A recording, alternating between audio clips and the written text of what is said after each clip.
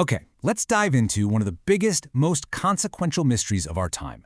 It's a story that's got everything. Two competing leads, a sort of missing blueprint, and a genetic fingerprint that has scientists and intelligence agencies just completely divided. So today, we're going to open the unsolved case file on the origins of COVID-19. So this is the big question, right?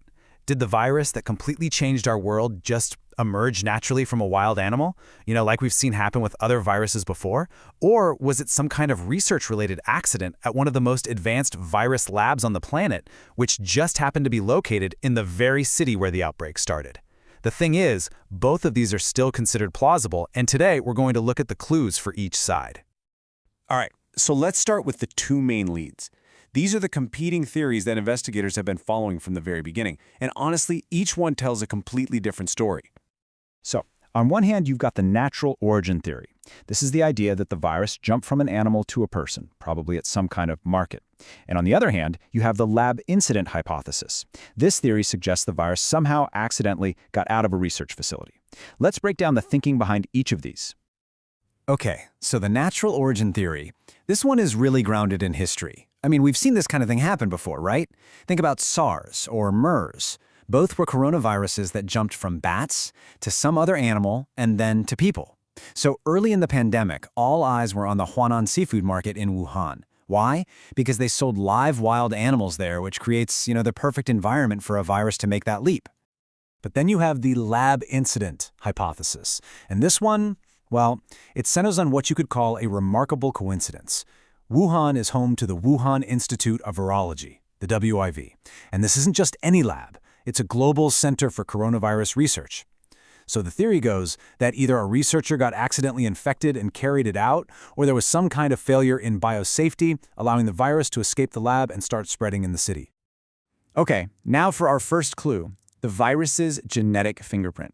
Because deep inside its genome, there's a feature that has become probably the single most debated piece of evidence in this entire investigation. So the debate really zeroes in on this tiny feature called a furin cleavage site, or FCS. The easiest way to think about it is like a molecular can opener. It sits on the virus's spike protein, and it's what helps it pry open and infect our cells with just stunning efficiency. It's a huge part of what makes the virus so transmissible. Now, the reason this is so hotly debated is that the specific genetic sequence for this site is, well, it's unlike any we've seen in other natural SARS-like coronaviruses. You look at its closest known relatives found in bats, they don't have it. This genetic anomaly is really at the core of the whole mystery. And this point gets reinforced by a classified analysis from the U.S. Defense Intelligence Agency. They compared this site to similar features you see in viruses like influenza, and they concluded that the one in SARS-CoV-2, well, it doesn't seem to have been inserted by the same mechanism we usually see in nature. To put it simply, it's a genetic outlier. So that really strange genetic puzzle leads us directly to our next clue, a research blueprint. And this is a documented proposal to actually engineer viruses with precisely these kinds of features, written just before the pandemic began. So to really set the scene here, you have to understand that by 2018, there was this well-established international collaboration between top American and Chinese virologists. They were working together, partly funded by U.S. grants, to find and study bat coronaviruses, specifically the ones with the potential to infect humans. Now, this collaboration led to a huge grant proposal for over $14 million, and it was submitted to the U.S. Defense Agency, DARPA.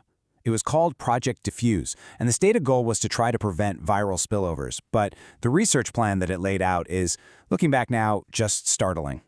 I mean, the proposal laid out, in black and white, a plan to take SARS-related bat viruses and, in the lab, engineer novel furin cleavage sites into them.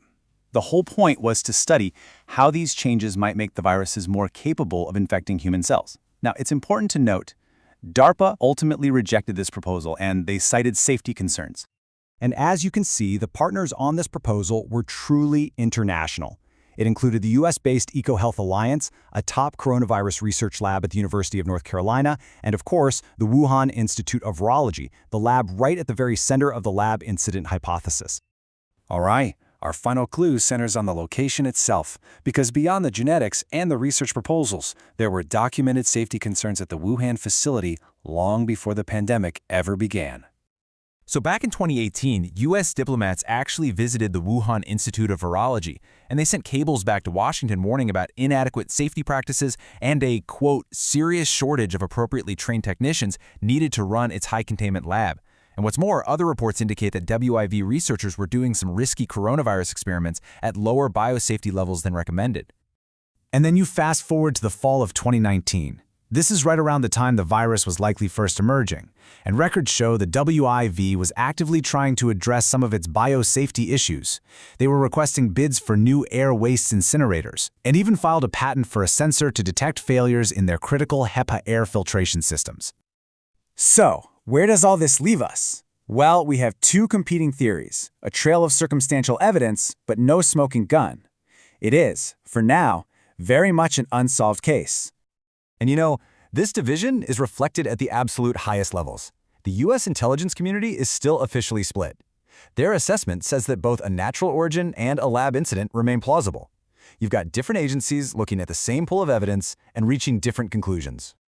A definitive answer remains so elusive because just critical pieces of evidence are missing. There's been no independent access to the Wuhan Institute of Virology's lab records, their databases, or their safety logs. Early virus samples reportedly destroyed, and data collection in China has been severely restricted. All of this leaves investigators without the information they need to close the case. Ultimately, finding the origin here isn't just about solving a mystery. It's about global security. A natural spillover, well, that requires one set of safeguards, right? Like better monitoring of wildlife trade. But a lab incident, that requires something totally different, like much stronger oversight of high-risk research. So the real question is, if we can't determine how this one started, are we truly prepared to stop the next one?